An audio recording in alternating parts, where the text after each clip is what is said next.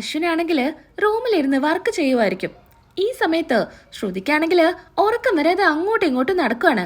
കാര്യം എന്താന്ന് വെച്ചാല് അശ്വിൻ ഉറങ്ങിയിട്ട് വേണം അശ്വിന്റെ ഡയറി വായിക്കാൻ. അശ്വിനും മധുവായിട്ടുള്ള ലവ് സ്റ്റോറിയെ കുറിച്ചാണ് ആ ഡയറിയിൽ എഴുതിയിട്ടുള്ളത്. ഓരോ ദിവസവും അശ്വിൻ ഉറങ്ങുന്ന സമയത്തായിരിക്കും ഡയറി വായിക്കുന്നത്.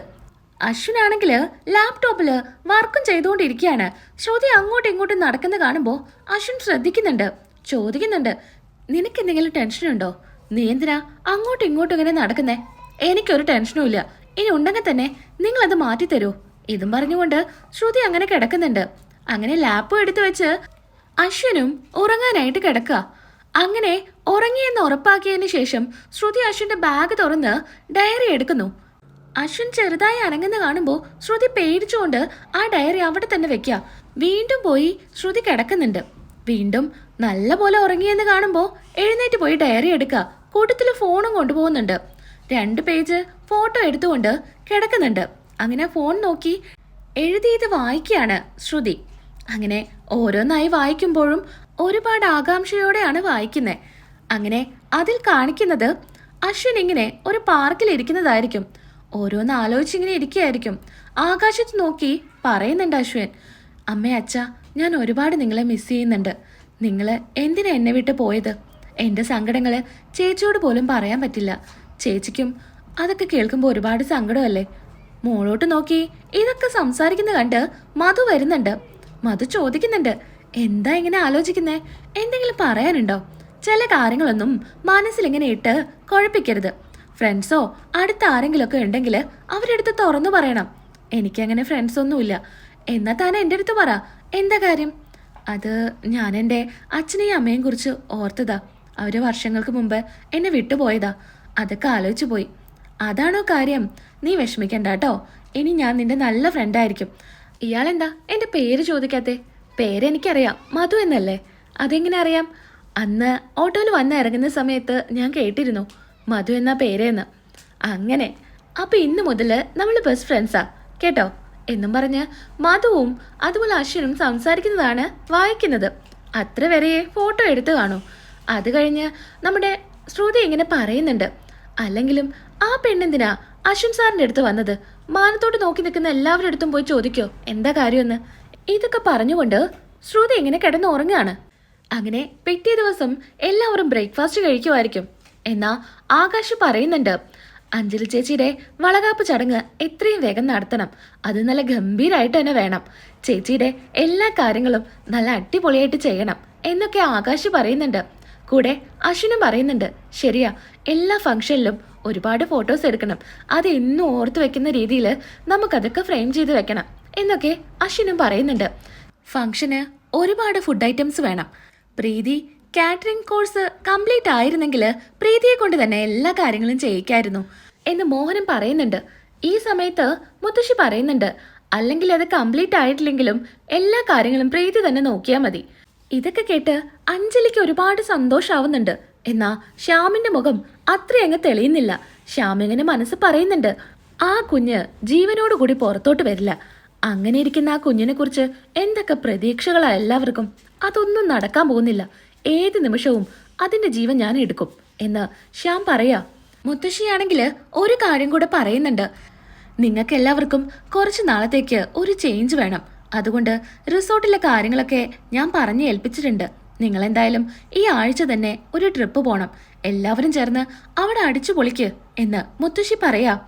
അമ്മ പറഞ്ഞത് ശരിയാ, ഇവർക്കെല്ലാവർക്കും ഒരു റെസ്റ്റ് വേണം. ഇത് കേൾക്കുന്ന അശ്വൻ പറയുന്നുണ്ട്, അത് എനിക്ക് കുറച്ച് ജോലി തിരക്കൊക്കെ ഉണ്ട്. എനിക്കങ്ങനെ മാറി നിൽക്കാനൊന്നും പറ്റില്ല.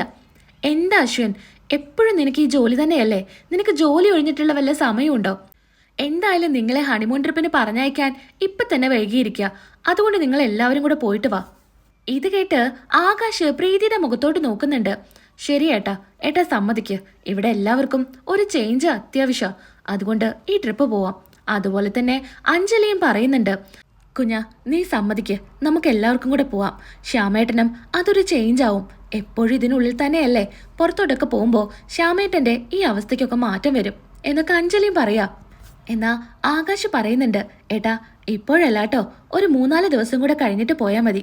എനിക്കാണെങ്കിൽ കുറച്ച് തിരക്കുണ്ട് ഏട്ടാ, അതുകൊണ്ടാ. അങ്ങനെ ട്രിപ്പ് പോവാനായിട്ട് അശ്വിൻ സമ്മതിക്കുന്നുണ്ട്. എന്നാ ശ്യാമിന്റെ മുഖത്ത് അത്രയങ്ങ് സന്തോഷമൊന്നുമില്ല. എന്നാ ശ്യാമിന്റെ മുഖം മാറുന്നത് ശ്രുതി ശ്രദ്ധിക്കുന്നുണ്ട്. മുഖത്തോട്ട് ഇങ്ങനെ നോക്കുന്നുണ്ട്. ഇവളെന്തിനാ എന്നെ തന്നെ ഇങ്ങനെ നോക്കുന്നേ എന്ന് ശ്യാം ഇങ്ങനെ മനസ്സ് പറയുന്നുണ്ട്. പിന്നീട് കാണിക്കുന്നത് പ്രീതിയുമായിട്ട് ആകാശ് എക്സാമിന് പോകുന്നതാണ്. പോകുന്ന വഴിക്കില് നല്ലപോലെ സംസാരിച്ച് സ്നേഹത്തോടു കൂടിയാണ് പോകുന്നത്. എപ്പോഴും പ്രീതിക്ക് സങ്കട. എന്തെങ്കിലും ജാതക പ്രശ്നം കാരണം ആകാശിന് എന്തെങ്കിലും പ്രശ്നം വരുമോ, ആപത്തുണ്ടാവോ എന്നൊക്കെ ഓർത്ത് ആകാശിന്റെ അടുത്ത് സംസാരിക്കാൻ പോലും പ്രീതി നിൽക്കുന്നുണ്ടായിരിക്കില്ല. പ്രീതി ഇങ്ങനെ ക്ലാസ്സിൽ നടക്കുന്ന കാര്യങ്ങളെല്ലാം ആകാശിന്റെ അടുത്ത് പറയാണ്. ഇന്നലെ ഞാൻ ഹെൽത്തി ആയിട്ടുള്ള ടേസ്റ്റി ആയിട്ടുള്ള ഒരു സംഭവം ഉണ്ടാക്കി കൊടുത്തു, അതെല്ലാവർക്കും ഇഷ്ടപ്പെട്ടു, എല്ലാവരും എന്നെ അഭിനന്ദിച്ചു എന്നൊക്കെ ഇങ്ങനെ പറഞ്ഞ് സന്തോഷത്തോടു കൂടി പോവുമായിരിക്കും. ഒരു വളവില് ഒരു ഓട്ടോ വന്ന് നേരെ ഇടിക്കാൻ നിൽക്കാണ്. പെട്ടെന്ന് തന്നെ വണ്ടി നിർത്തി ആകാശ് ദേഷ്യത്തോടു കൂടി ഓട്ടോക്കാരനെ പിടിച്ചിറക്കുന്നുണ്ട്. നീ എവിടെ നോക്കിയിട്ടാണ് വണ്ടി ഓടിക്കുന്നേ? നിങ്ങൾക്കൊക്കെ എന്റെ നേർക്ക് വരാൻ പറ്റൂ? ഞാനേ നല്ല ശ്രദ്ധിച്ചിട്ടാ വന്നത്, നിങ്ങളാ നേരെ വരാത്തത് എന്നൊക്കെ പറഞ്ഞ് ആകാശ് ഇങ്ങനെ സംസാരിക്കുകയാണ്. എന്റെ ഭാഗത്ത് തന്നെയാ തെറ്റ്, ഞാൻ എന്തോ ഓർത്ത് വന്നതാ, ക്ഷമിക്ക് എന്ന് ഓട്ടോക്കാരൻ പറയുമ്പോൾ ആകാശ് അയാളെ വിടുന്നുണ്ട്. ആകെ ടെൻഷനോട് കൂടിയായിരിക്കും ആകാശ് നിൽക്കുന്നത്. പ്രീതി പറയുന്നുണ്ട്, എന്തിനെങ്ങനെ ദേഷ്യപ്പെടുന്നേ? പിന്നെ ദേഷ്യപ്പെടാതെ, ഇത് നടന്നാലും നീ പറയാ നിന്റെ ജാതകദോഷം കൊണ്ട് തന്നെയാണെന്നല്ലേ? അപ്പൊ തുടങ്ങും നിന്റെ ഓരോരോ കാര്യങ്ങള്. ഇതൊക്കെ കേട്ട് എനിക്കാകെ തല പെരുത്തിരിക്കുക. എന്ത് നടന്നാലും നീ കാരണമാണെന്ന് എന്തിനാ ഇങ്ങനെ പറയുന്നേ? ഇത് നീ കാരണമൊന്നുമല്ല എന്നൊക്കെ ആകാശ് പറയാണ്. ഞാൻ സമ്മതിച്ചു, ഇങ്ങനെ ടെൻഷൻ ആവല്ലേ, ഞാൻ ഇനി അതൊന്നും പറയില്ല. അങ്ങനെ വെള്ളം എടുത്ത് കൊടുക്കുന്നുണ്ട് ആകാശിന്. ആകാശ് അങ്ങനെ വെള്ളം കുടിക്കുകയാണ്. എന്നാ പ്രീതി മനസ്സ് പറയുന്നുണ്ട്, ഇനി ഞാൻ ഒരിക്കലും ഇതുപോലുള്ളതൊന്നും ആകാശിന്റെ അടുത്ത് പറയില്ല. എത്രമാത്രം സങ്കടപ്പെടുന്നുണ്ടെന്ന് എനിക്കിപ്പോഴാണ് മനസ്സിലായത്. ഒന്നും പറഞ്ഞില്ലെങ്കിലും ഞാൻ എന്തായാലും നിന്റെ ജീവിതത്തിൽ നിന്ന് ഒഴിഞ്ഞു പോവും. ഞാൻ കൂടെ ഉള്ളിടത്തോളം കാലം നിനക്ക് ഇതുപോലെ എന്തെങ്കിലുമൊക്കെ ആപത്ത് വരും, അതെനിക്ക് കണ്ടു നിൽക്കാൻ പറ്റില്ല എന്നൊക്കെ മനസ്സിലിങ്ങനെ പ്രീതി പറയുന്നുണ്ട്. അങ്ങനെ ആകാശ് പ്രീതിയുമായിട്ട് വീണ്ടും അവിടെ നിന്ന് പോകുന്നുണ്ട്. പിന്നീട് കാണിക്കുന്നത് പിറ്റേ ദിവസം രാത്രിയായിരിക്കും. ഇനി ആ ബാക്കി സ്റ്റോറി വായിക്കാനായിട്ടായിരിക്കും നമ്മുടെ ശ്രുതി ഇങ്ങനെ കാത്തു നിൽക്കുന്നത്. അശ്വിൻ ഉറങ്ങുന്ന സമയത്ത് വീണ്ടും ആ ഡയറി എടുക്കുകയാണ്. പതിയെ വന്ന് ബെഡിൽ ഇരിക്കുകയാണ്. ഒരു തലേണ മടിയിൽ വെച്ച് ആ ഡയറി അതിന് മുകളിൽ വെച്ച് ഡയറി വായിക്കാൻ തുടങ്ങുകയാണ്. ജോലി വാങ്ങിക്കൊടുത്തു മധുവിന് എന്നായിരിക്കും തലക്കെട്ട് കൊടുത്തിരിക്കുക. അശ്വിൻ വാക്കിങ്ങിന് പോകുന്ന സമയത്ത് മധു ഇങ്ങനെ കരഞ്ഞിരിക്കുന്നത് കാണുകയാണ്. ചെന്ന് ചോദിക്കുന്നുണ്ട്, എന്താടോ താനെന്തിനാ കരയുന്നേ? എൻ്റെ ജോലി പോയി, അതിനാ ഞാൻ എൻ്റെ നാട്ടിൽ നിന്ന് ഇങ്ങോട്ട് വന്നത്. ഇവിടെ ജോലിയുള്ള കാരണ. ഇനി ജോലിയില്ലാന്ന് പറഞ്ഞാൽ ഇനി തിരിച്ച് ഇങ്ങോട്ട് വിടില്ല, അതോർത്തിട്ടാ സങ്കടം. എനിക്കെൻ്റെ ഫാമിലി എന്ന് വെച്ചാൽ ജീവനാ. അവർക്കാർക്കും ഇവിടെ വന്ന് ജോലി ചെയ്യുന്നതൊന്നും ഇഷ്ടമല്ല. മാറി നിൽക്കുന്നതിൽ എല്ലാവർക്കും എതിർപ്പാ. എന്നാലും എൻ്റെ അച്ഛൻ്റെ ചെറിയൊരു സമ്മതത്തിന് പുറത്താ ഞാൻ ഇവിടെ വന്ന് ജോലി ചെയ്യുന്നേ. ഇനിയിപ്പോൾ ജോലിയില്ല എന്ന് പറഞ്ഞാൽ എന്നെ പിടിച്ച് വേഗം കല്യാണം കഴിപ്പിക്കും. അതിലും നല്ലത് ഇവിടെ തന്നെ നിൽക്കുന്നതല്ലേ. ഇനി എന്താ ചെയ്യാന്ന് അറിയാതെ അതിൻ്റെ വിഷമത്തിലിരിക്കുക. അതാണോ കാര്യം? തനിക്കിപ്പോൾ ജോലിയല്ലേ? ജോലി ഞാൻ എന്തായാലും സെറ്റാക്കാം. ഇയാളുടെ നമ്പർ ഇതാ.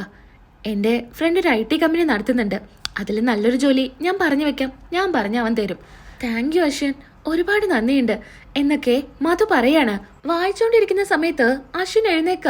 പെട്ടെന്ന് തന്നെ ആ ഡയറി എടുത്ത് തലേണയ്ക്ക് അടിയിൽ വെക്കുന്നുണ്ട്. നിനക്കെന്താ ഉറക്കമൊന്നുമില്ലേ? ഉറക്കം വന്നില്ല, അപ്പം ഞാൻ ചെയ്യാൻ പോകുന്ന ഡിസൈൻസ് ഒക്കെ ഒന്ന് ആലോചിച്ച് വെക്കുമായിരുന്നു. നിന്റെ ഒരു കാര്യം, പാതിരാത്രിയാണോ ഇതൊക്കെ ആലോചിക്കുന്നത്? ഉറക്കം വന്നില്ല അതുകൊണ്ടല്ലേ? അങ്ങനെ അശ്വിൻ വീണ്ടും കിടന്ന് ഉറങ്ങാണ്. ഇനി ഇത് കണ്ടാലേ എൻ്റെ കാര്യം പോക്ക. ഇത് ബാഗിൽ തന്നെ കൊണ്ടുവെക്കാമെന്നും പറഞ്ഞ് ഡയറി അതിൽ കൊണ്ടുവെക്കുന്നുണ്ട്. അങ്ങനെയൊക്കെ ആലോചിച്ച് ശ്രുതി കിടക്കുക. രാവിലെ എഴുന്നേക്കുന്ന സമയത്ത് അശ്വിൻ നീറ്റ് കാണില്ല. എന്നാ അശ്വിനിട്ടൊരു പണി കൊടുക്കാമെന്ന് കരുതി പെയിന്റും ബ്രഷും ആയിട്ട് വരിക. അശ്വിൻ്റെ മുഖത്ത് മീശയും കുത്തും പുള്ളിയും പൊട്ടും ഒക്കെ തൊട്ടു കൊടുക്കുന്നുണ്ട്. നല്ല ഉറക്കത്തിലായതുകൊണ്ട് തന്നെ അശ്വിൻ ഒന്നും അറിയുന്നില്ല. ഒരു ഫോട്ടോയും എടുത്തു വെക്കുന്നുണ്ട്. ഒന്നും അറിയാത്ത മട്ടില് ശ്രുതി വീണ്ടും അശ്വിൻ്റെ അരികിൽ തന്നെ കിടക്കുന്നുണ്ട്. കണ്ണടച്ച് ഉറങ്ങിയ പോലെ അഭിനയിക്കുക. അശ്വിനാണെങ്കിൽ രാവിലെ എഴുന്നേക്കുന്നു. ബാത്റൂമിൽ പോവാനായിട്ട് തോർത്തൊക്കെ എടുത്ത് അങ്ങ് പോവാണ്. ഈ സമയത്ത് വെള്ളം കാണില്ല. നോക്കാനായിട്ട് താഴോട്ട് പോകുമ്പോൾ രാമേട്ട ഇത് കണ്ട് പറയുന്നുണ്ട്. അങ്ങനെ നേരെ ദേഷ്യത്തോടു കൂടി ശ്രുതിയുടെ അടുത്തോട്ട് വരുന്നുണ്ട്. ശ്രുതിയാണെങ്കിൽ പൊതുപ്പൊക്കെ തലയിൽ കൂടി ഇട്ടിട്ടായിരിക്കും കിടക്കുന്നുണ്ടായിരിക്കുക. നീ എന്തേ കാണിച്ചു വെച്ചിരിക്കുന്നേ? എന്ത് കാണിച്ചു വെക്കാൻ? എൻ്റെ മുഖത്ത് എന്താ കാണിച്ചു വെച്ചിരിക്കുന്നതെന്ന്. അപ്പോഴേക്കും നമ്മുടെ ശ്രുതിക്ക് അങ്ങ് ചിരി വരുന്നുണ്ടായിരിക്കും. ചിരിക്കുന്ന കാണുമ്പോൾ അശ്വിൻ അങ്ങ് ദേഷ്യം വരുന്നുണ്ട്. അശ്വിനാണെങ്കിൽ അവിടെ കിടക്കുന്ന തലേനെ എടുത്ത് ശ്രുതിയെ അങ്ങ് തല്ലുവാണ്. അങ്ങോട്ടും ഇങ്ങോട്ടും തല്ലും ഉന്തലും ഒക്കെ ആയിരിക്കും. എന്നാ ശ്രുതി പറയുന്നുണ്ട്, എനിക്ക് വേദനിക്കുന്നുണ്ട് കേട്ടോ, മതി. അല്ല, നിങ്ങളെന്നേ അറിയാതെ എൻ്റെ കയ്യിൽ നിന്ന് എൻ്റെ മുഖത്ത് തന്നെ പെയിന്റ് ആയി. അതിന് നിങ്ങൾ എങ്ങനെയാ ചിരിച്ചിരുന്നേ? അന്ന് ഞാൻ എന്താ കരുതിയത്? ചിരിച്ചോട്ടെ പാവം, ഞാനിങ്ങനെ ചെയ്ത കാരണല്ലേ മനസ്സ് തുറന്നൊന്ന് ചിരിക്കാൻ പറ്റുന്നതെന്ന് കരുതി ഞാനിങ്ങനെ സന്തോഷിക്കുകയായിരുന്നു. അതുപോലെ തന്നെ നിങ്ങൾ സന്തോഷിക്കണം. നിങ്ങളുടെ മുഖത്തുള്ളത് കാണുമ്പോൾ എനിക്ക് വല്ലാത്ത സന്തോഷമല്ലേ? അപ്പൊ നമ്മുടെ അശ്വിനങ്ങ് ദേഷ്യം വരുന്നുണ്ട്. നിന്നെ ഞാനിപ്പോ ഒന്നും പറയുന്നില്ല എന്ന് പറഞ്ഞ് അശ്വിൻ തന്നെ ബാത്റൂമിലോട്ട് പോവാണ്. എന്നാലും ശ്രുതിക്ക് ചിരി അടക്കാനേ പറ്റുന്നുണ്ടായിരിക്കില്ല. ചിരിക്കാനായിട്ട് ഫോണിലുള്ള ഫോട്ടോ നോക്കിയിട്ടായിരിക്കും ചിരിക്കുന്നുണ്ടായിരിക്കുക.